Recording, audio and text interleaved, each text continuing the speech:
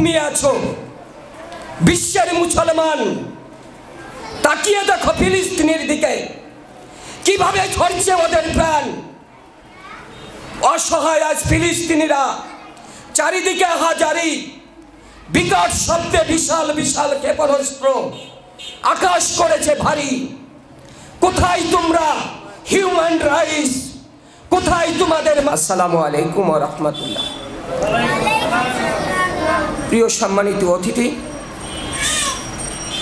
আমি সংক্ষিপ্ত 2-4টা কথা বলবো, যেহেতু এখানে অভিভাবকদের একটা মত বিনিময়।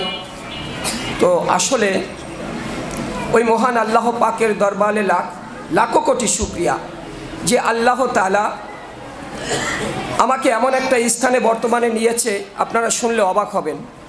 আমার জন্ম হয়েছিল কিন্তু গরিবের একটা ছোট্ট ঝুপড়ি ঘরের ভিতর। অনেক স্বপ্ন দেখেছিলাম, দেশ ও জাতির জন্য ভালো কিছু করব।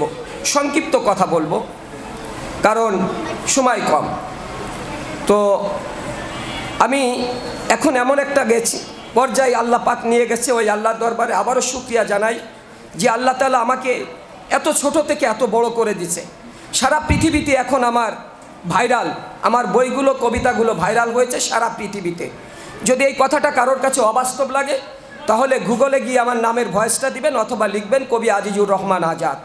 তো বন্ধুরা, আমার বড় আফসোস লাগে, আমরা মুসলমান বলে দাবি করি নিজেকে, কিন্তু আসলে মুসলমান বলে মুসলমানের যে কাজটা, সে কাজটা কি আমরা করছি? আমি আপনাদের সামনে এখন যে কবিতাটা আবৃত্তি করব, আমি যেখানে যে কবিতা আবৃত্তি করি সবই আমার লেখা, আমি কোনো লেখকের কবিতা আবৃত্তি করি না। তো এই কবিতাটা আমি লিখেছি ফিলিস্তিন আর ইসরায়েল নিয়ে। তো আমার বড় দুঃখ লাগে, এই কবিতা আমি সারা বিশ্বকে জানাতে চেয়েছিলাম, দেখাতে চেয়েছিলাম। আমি এর জন্য কয়েকটা মাদ্রাসায় গিয়েছিলাম যে আমি একটা কবিতা আবৃত্তি করে সারা বিশ্বকে জানাতে চাই ফিলিস্তিনি, কিন্তু দুর্ভাগ্য তারা সাহস পায়নি। বলে এই কবিতা যদি আবৃত্তি করেন, এই কবিতা যদি দেন তাহলে রাষ্ট্রদ্রোহী মামলা হবে আমাদের উপর। তা আমি বললাম, ভাই আমি তো লেখক, আমি আবৃত্তি করব, শুধু মাদ্রাসাটা আপনার। ধরলে পুলিশ যদি ধরে আমাকে ধরবে, আর জেল হলে জুলুম হলে সেটা আমার হবে, কিন্তু তারা সাহস পায়নি। তো আপনারা একটু চিন্তা করেন যে আমাদের ইমানের স্তর, আজ মুসলমান বলে দাবি করছি নিজেকে, কিন্তু ইমানের স্তর কোথায় নেমে গিয়েছে। একটা কবিতা আবৃত্তি করতে দেয়নি আমাকে মাদ্রাসায়। তো যাই হোক, এই মাদ্রাসার কর্তৃপক্ষকে আমি আমার আন্তরিক ধন্যবাদ জানাচ্ছি যে কবিতা আপনাদের মাঝে এখন তুলে ধরছি। কবিতাটা মন দিয়ে শুনবেন। এই কবিতার নাম হলো জেগেও তোমরা ঘুমিয়ে আছো, জেগেও তোমরা মানবতা, নীরব কেন বিশ্ব নেতারা, বলছো না কেন কথা?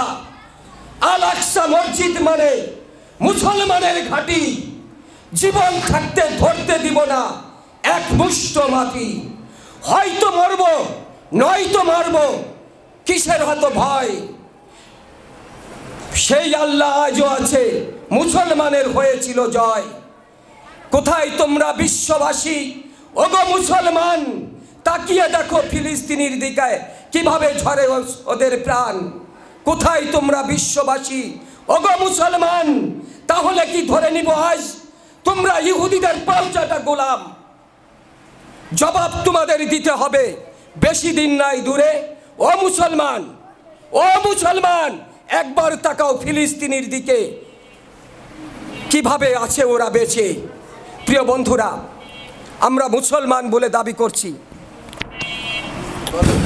আমরা মুসলমান বলে দাবি করছি, কিন্তু একটু ইমানের দিকে তাকান, ইমানের দিকে তাকান।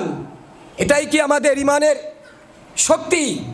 একটা কবিতা পারিনি আবৃত্তি করে বিশ্বকে জানাতে, পরে আমার চ্যানেল থেকে দিয়েছি। বারবার এই কবিতার জন্য ইস্যু এসেছে, কিন্তু ভয় করিনি। মরতে পৃথিবীতে যখন এসেছি, একটা রিটার্ন টিকিট আমার কাছে আছে, মরতে একদিন হবে। যেভাবে মরি, আল্লাহর হুকুম ছাড়া কেউ মরবে না, কেউ আল্লাহর হুকুম ছাড়া গাছের একটা পাতাও ঝরে না। তাই বন্ধুরা, মুসলমান বলে যদি দাবি করে থাকেন তাহলে সেইভাবে মুসলমানিত্ব নিয়ে বাঁচার চেষ্টা করেন। কোনো অপশক্তির কাছে কখনো মাথা নত করবেন না, তাহলেই আপনি সত্যকার একজন মুসলমান হয়ে আল্লাহর সামনে হাজির হতে পারবেন। আল্লাহ তাআলা আমাদের সবাইকে তৌফিক দান করুক, আমিন।